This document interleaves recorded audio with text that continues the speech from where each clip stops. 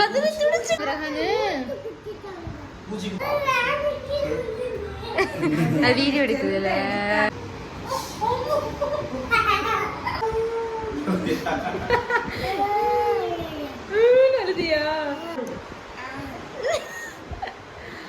இப்போ வந்து நாங்கள் இடியாப்பம் வாங்கிட்டு நேராக ஹாஸ்பிட்டல் தான் போகிறோம். எதுக்குன்னு பார்த்தீங்கன்னா ரஹான் குட்டிக்கு வந்து உடம்பு முடியலை, அவனுக்கு ஏதோ வைரஸ் ஃபீவர் அப்படின்னு சொல்லிட்டு சொன்னாங்க.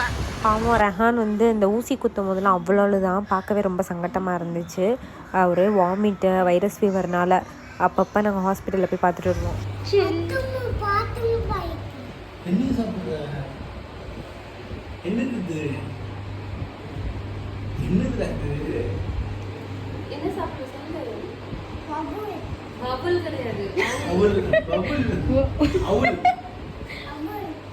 எல்லாம் என் பிள்ளை எப்படி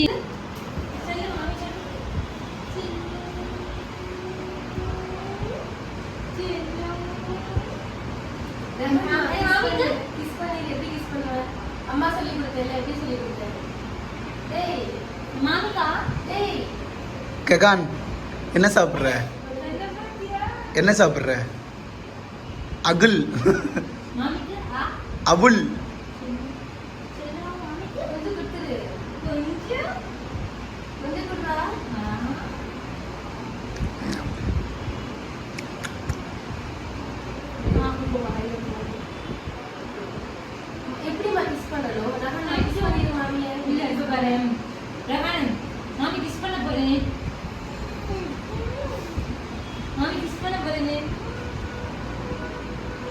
என்ன சொல்லணும் மாமி? என்ன சொல்லியிருக்கேன்?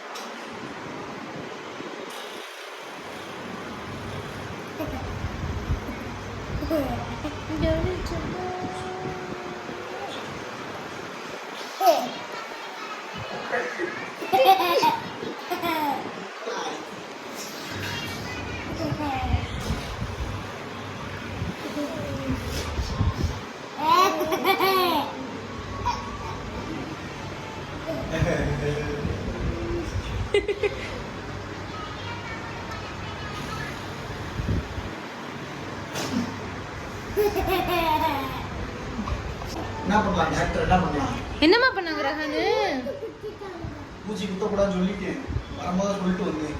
ரஹானுக்கெல்லாம் ஊசி குத்தக்கூடாது அப்படின்னு சொல்லிட்டேன். எப்படி சொன்னாங்களா? சொல்லு. எத்தனை ஊசி ரஹான் போட்டாங்க?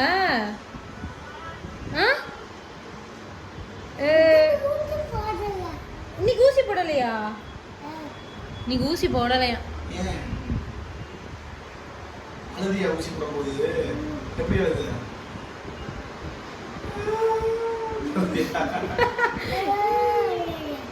அழுதியா? எப்படி அழுது? கதறி துடிச்சிட்டானா? கதறி துடிச்சிட்டியா? என்னது? நீ என்ன தின்ற? என்னது இது? என்னது அது? அவள் அவள் அவள் அவள் அவள் அவள்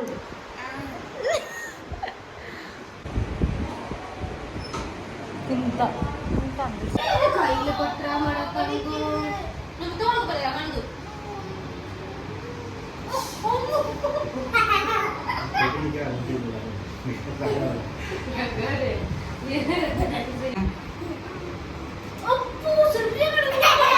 ஏய் வடிவேல் மாதிரி சிரிப்பியா நீனு?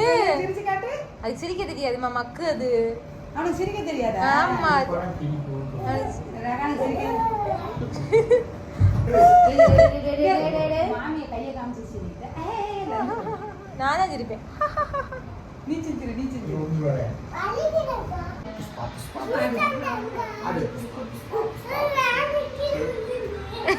அது வீடியோ எடுக்குதுல்ல.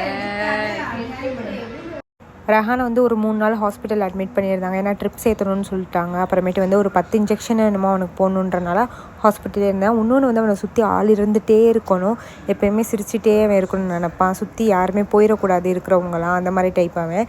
நல்லா செம்ம ஜாலியாக சிரித்து பேசி சேட்டை. உடம்பு சரியில்லைன்னா கூட அவன் சேட்டை அடங்கலை, சேட்டை பண்ணிகிட்டே தான் இருந்தான். அங்கே டாக்டர்லாம் வந்தவங்களாம் பார்த்து ஆச்சரியப்பட்டாங்க, என்ன அவன் இப்படி பேசுகிறான் அப்படின்னு சொல்லிட்டு. அவன் தூங்குற வரையும் அவன் கூட நாங்கள் எப்போயுமே இருப்போம். அப்புறமேட்டு தான் எந்திரிச்சு போவோம். இப்போ ஸ்கூலுக்கு வர ஐயா போக ஆரம்பிச்சிட்டார், ரொம்ப பிஸியாக இருப்பார். அப்புறம் நைட்டு நாங்கள் கிளம்பி எப்போயுமே நைட்டு ஒரு 12 மணி வரையும் இந்த ஃபலூடா கடை இருக்கும். ஒரு 12 மணி 1 மணி வரையும் இருக்கும்னு நினைக்கிறேன். அங்கே போய் ஃபலூடாவும் ஐஸ்கிரீமும் வாங்கி சாப்பிட்டு அப்படியே கிளம்பியாச்சு. Bye bye.